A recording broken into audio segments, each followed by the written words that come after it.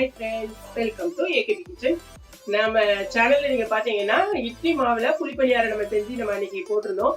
இன்னைக்கு பாத்தீங்கன்னா ரொம்பவே ஹெல்த்தியான கோதுமை மாவுல அந்த குழிப்பணியாரம் எப்படி பண்றதுன்னு இன்னைக்கு நான் இந்த வீடியோல காமிக்க போறேன்.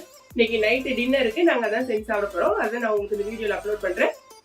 அதுக்கு முன்னால என் சேனலை நீங்க பார்த்து சப்ஸ்கிரைப் பண்ணலன்னா சப்ஸ்கிரைப் பண்ணிக்கோங்க. கூடவே பக்கத்துல இருக்க பெல் ஐக்கானையும் கிளிக் பண்ணிக்கோங்க. வாங்க வீடியோக்குள்ள போலாம்.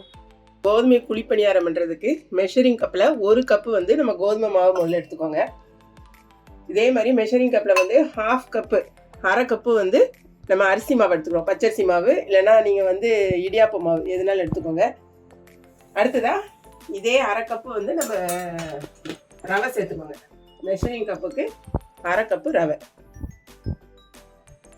இது கூடவே நம்ம வந்து கொஞ்சம் புளிச்ச தயிராக இருக்கட்டும், ரொம்ப புளிப்பு வேண்டாம், அதாவது ஃப்ரெஷ்ஷாக உள்ள தயிர் ஊற்றாமல் கொஞ்சம் புளிப்பு சுவை இருக்கணும், அப்போ வந்து நல்லாயிருக்கும்.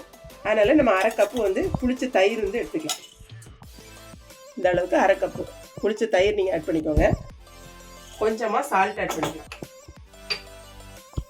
தேவையான அளவுக்கு சால்ட் ஆட் பண்ணிவிட்டு இப்போ நல்லா வந்து அது கலர போகிறோம். ஃபஸ்ட்டு எல்லாத்தையும் நல்லா போட்டு மிக்ஸ் பண்ணிக்கோங்க. இந்த தயிர் எல்லா இடம் படுற மாதிரி மிக்ஸ் பண்ணிவிட்டு இப்போ நம்ம வந்து எடுத்து வச்சுருக்க மெஷரிங் கப்புக்கு ஒரு கப்பு தண்ணி ஊற்றி நம்ம வந்து நல்லா கலரி எடுத்துக்கலாம். அதில் ஒரு கப் தண்ணி ஊற்றி பாருங்கள். அதுக்கப்புறம் தேவைன்னா கூட கொஞ்சம் ஊற்றிக்கலாம். கொஞ்சம் கொஞ்சமாக ஊற்றிக்கோங்க. இப்போ நான் ஒரு கப் எடுத்துகிட்டு ஊற்றிருக்கேன் பாருங்கள். இன்னும் மாவு வந்து டைட்டாக தான் இருக்குது. ஸோ ஒரு கப்போட ஃபுல்லாக ஊற்றியாச்சு. மாவு பாருங்கள், இந்த அளவு கன்சிஸ்டன்சியில் நீங்கள் வந்து கரைச்சிக்கோங்க.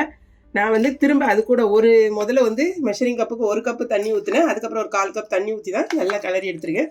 இந்த அளவுக்கு இருக்கட்டும். இப்போ இதை வந்து ஒரு 15 நிமிஷம், 10லேருந்து 15 நிமிஷம் நீங்கள் அப்படியே மூடி போட்டு மூடி வச்சுருங்க. ஏன்னா ரவை அப்போ தான் வந்து நமக்கு நல்லா ஊறி வரும்.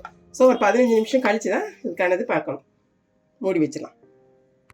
நம்ம வந்து கோதுமை மாவு, ரவை, அரிசி மாவு எல்லாத்தையும் போட்டு கிளறி வச்சுருக்கோம். இது வந்து 15 மினிட்ஸ்க்கு மேலே ஆகிட்டு. பார்த்தீங்கன்னா இந்த கன்சிஸ்டன்சியில் இருக்குது, நல்லாவே இருக்குது. இப்போ இது கூட ஒரு தாளிப்பு ரெடி பண்ணி அதை வந்து நம்ம ஆட் பண்ணுவோம்ல, அதை பண்ண போகிறோம். கடாய் சூடாயிடுச்சு. நம்ம வந்து 1 ஸ்பூன் ஆயில் ஊற்றிட்டா போதும்.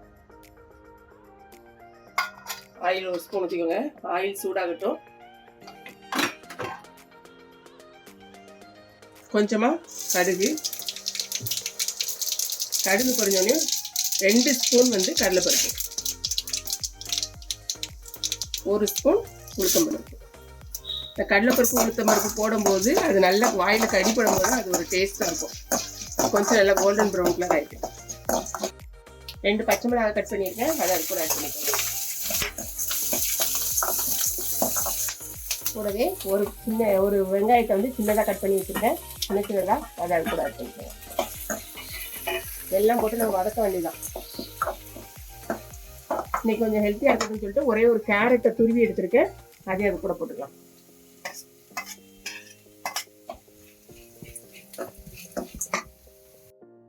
ஆனியன், கேரட்லாம் நல்லா வதங்கிச்சு. கட் பண்ணி வச்சிருக்கிற கருவேப்பிலையும் கொஞ்சோண்டு இந்த கொத்தமல்லியும் அது கூட ஆட் பண்ணிக்கோங்க. இப்போ ஸ்டவ்வை வந்து ஆஃப் பண்ணிவிட்டு இதை வந்து மாவு கூட நம்ம ஆட் பண்ண போகிறோம். இதை அப்படியே எடுத்து மாவு கூட போகிறோம்.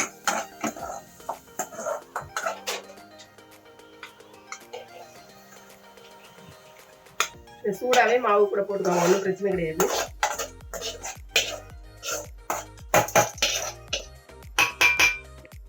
இப்போ மாவு வந்து நம்ம நல்லா கலரி விட்டாச்சு. பணியார கல்ல அடுப்புல வச்சாச்சு. நம்ம வந்து பணியாரத்தை ஊற்ற வேண்டியதான். இப்போ மாவுல சின்ன கரண்டி போட்டுட்டீங்கன்னா கரெக்டாக அந்த நம்ம சட்னிலாம் ஊற்றுற கரண்டி பார்த்தீங்களா, அதை ஊற்றிக்கோங்க. அப்போ போட்டுக்கோங்க, அப்போ கரெக்டாக இருக்கும். குழிப்பணியாரத்துக்கு நம்ம ஊற்றும் போது இந்த சென்டர்ல ஊற்றாம முதல்ல வந்து இந்த சைட்ல இருந்து ஊற்ற ஆரம்பிச்சோம்.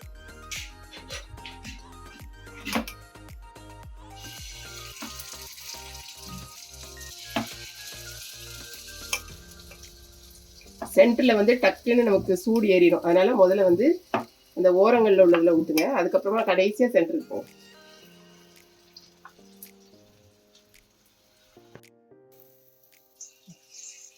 இப்போ வந்து ஸ்டவ்வை சிம் பண்ணிக்கோங்க, ஏன்னா டக்குன்னா கறியிரும். சிம் பண்ணிட்டு ஒரு 2-3 நிமிஷம் அப்படியே கிடக்கட்டும்.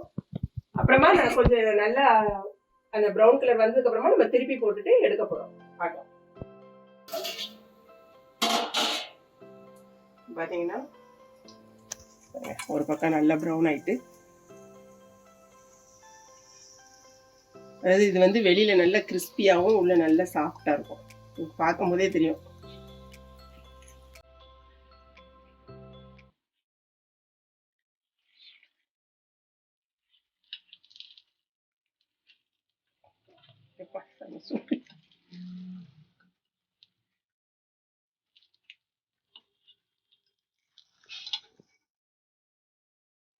நல்லா வெந்துச்சு, நம்ம எடுத்துக்கலாம்.